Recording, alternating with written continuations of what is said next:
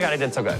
Do you like? Jonathan Van Ness is best known as the hair and grooming guru on Queer Eye. It's not vanity, it's self-care, and there's a difference. He's the breakout star known for laughs, fashion, and fun. Yes, yes.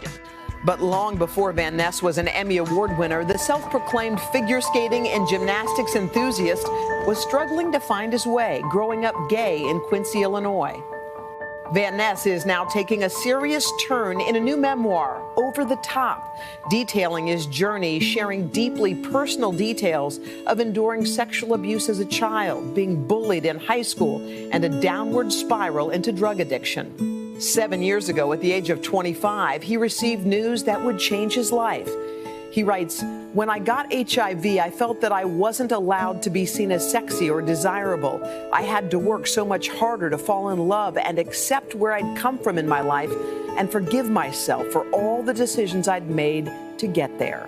Sparing none of the hardest details, hoping to make a difference by sharing his journey, Van Ness says this book is a raw journey to self-love, explaining that it's not going to be pretty, but it is my truth, and if I don't share it, I won't be able to help others. Jonathan, good morning. Morning. You okay? Yes. Okay, it's a big day. It is a big day. You have your book out, and what you've essentially done is taken your heart, put it on this page, and handed it out and said, "This is me." What does it feel like in this moment to be putting the most intimate parts of your life out there for people to see? Well, this is a good sentence to describe it. Okay. Lin-Manuel messaged me on Twitter this morning, and that's always a really surreal experience in and of itself. And he's like, just sending you some love. It's like, I'm sure it's like a crazy time. And I said, thank you so much. Doing well. It's very Twilight Zone up in here was exactly what I said, right before this. So yeah, it feels kind of Twilight Zone-ish, but I do have this very kind of calm sense of I did this for a reason, and it's I stand by those reasons, and I think it is really important for me to speak about these, to speak about the things I've talked about in this book. So I think it was the right thing to do. Some people say when you tell the truth, you feel calm because you know it's your truth. And 7 years ago, you were a hairstylist in St. Louis. You were doing someone's hair. It was just another random day in your life, and you fainted. And that was the day that really everything changed. Take me through that day. What happened? What did you learn that day? Well, I was trying to, push through. I had not been feeling amazing. And so I was doing a very good client's hair. I talk about her in the book. She was one of the 3 or 4 faithful, loyal clients who I had in St. Louis. It was kind of a rough go. Yeah. And I was like, let me just, pull this partial highlight together and be about my day. And the next thing I knew, I was on my back on the ground. I was like, oh, where am I? And I was like, this feels not, this doesn't feel good. So I went home and went to bed. And then the next day I went to Planned Parenthood. And that was where I found out that I had HIV. And I just remember this. It was the moment that you dread hearing. It's the thing that I had feared, which I also talk about in the book. It was something I'd been very fearful of as a small child. I was born in 1987, so growing up in the midst of the HIV/AIDS crisis and having 2 parents who were the age of seeing people just. We lost an entire generation of people. Sure. Did you talk to your mom about that after everything? And how was she? Tell me how your mom was. My mom had a really intense go too. I mean, I talk about that in the book, but she had just lost her husband, and she is the strongest person I know. That picture is right when she had finished treatment for ovarian cancer, and she was like, "I'm sick of having silver hair, honey."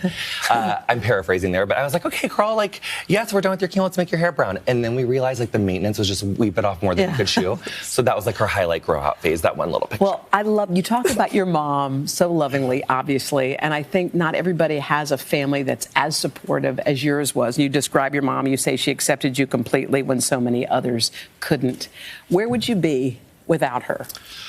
Well, I think it's important to note that like, while my mom did accept me completely, I think that, like, acceptance is, like, it can be a little bit of a muscle, right? Yeah. So, like, it wasn't like we didn't like start that. there, yeah. Yeah. Like, and I think that also relationships, my therapist always tells me this, honey, relationships, like, grow through disruption. So I think that a lot of times, you know, my mom and I there was a lot of painful stuff that happened, and us being able to come back to each other is always what, like, made our relationship stronger. So, I forgot what I was going to say after that, but my mom was just the most incredible mom ever. And I without, the question was, where would I be without my mom? Well, physically not here. And aside from that, I just think that my mom has given me, like, the space and the love that I don't know if anyone else, like, could have ever given me. I've really put my mom through, like, an emotional all-around, like, individual gymnastics championship, like, 17,000 times, and she's just, like, stuck it every time. I love her. I love her so much. Well, a lot of people think, well, he has HIV. Is he okay? Is he sick? How's he feeling? There's something that I think you want to dispel out there. You take the medicine and it's not detectable in your body. Right. So, okay, so that's clear. Yeah, so, like, the term undetectable means that, like, you, so there's this thing called, like, a viral load, and that's, like, how much, like, copies of the virus is in you, and you take a pill every day, and it basically, like, kills all the copies of the virus in your blood, and that means that you can achieve and maintain an undetectable viral load, and there's been a lot of studies in the National Institute of Health in the UK, and then here that, and the CDC, that basically it's, like, undetectable equals untransmittable. So as long as you're, you know, adhering to your medication and seeing your doctor every 3 months, I mean, I've picked up figure skating. I always say, you know, I've done nothing but get cuter and be able to work harder and longer hours, and I'm really just, I feel like I'm thriving. Well, you are, and can I just talk about your figure skating for a second? First of all, you're a figure skating enthusiast. You and Michelle Kwan are tight. I went on your Instagram page. You love gymnastics, and on all your pictures, wait, you know who likes every one of your pictures? Allie Raceman. Allie Raceman. No, this is more than just a hobby. You are wild about. Yeah, I really got to get my standing back handspring back, or I really want my standing back handspring full twisting layout, like, in my show. That's really what I'm working towards. Like, that's really my goal right now. So you do a comedy show, and this is part of that. Yeah, it occurred to me halfway through my comedy tour that I was like, oh my God. I was like, I literally have a whole audience, and if I did a tumbling routine in the middle of it, like, they can't really, like, just leave in the middle, honey. So. Yeah, I threw in a tumbling routine in the middle of it. I'm obsessed. Well, there we go. There's a good flip. Now, I know you that was a clean layout, I have to say. Stop it. Now, the book is full of great anecdotes. It shows how you kind of survived high school. It shows everything. You show your joy. I mean, I know you dream of going to the Olympics. I mean, I don't know if we can do that, but Jerry, I think we have the next best thing. It's not great, but it's something. Oh my gosh. Here, it's a little present for you. Would you like to open it? Sure. Okay. Oh my gosh, what is it?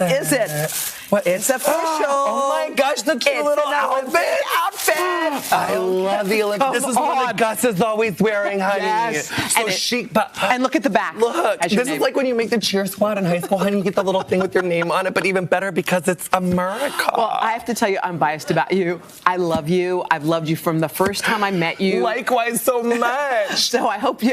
Good luck with this book. Thank you. And thank you for spreading all your messages. So Again, the book is called Over the Top, and we have a lot more on our website, today.com/shop.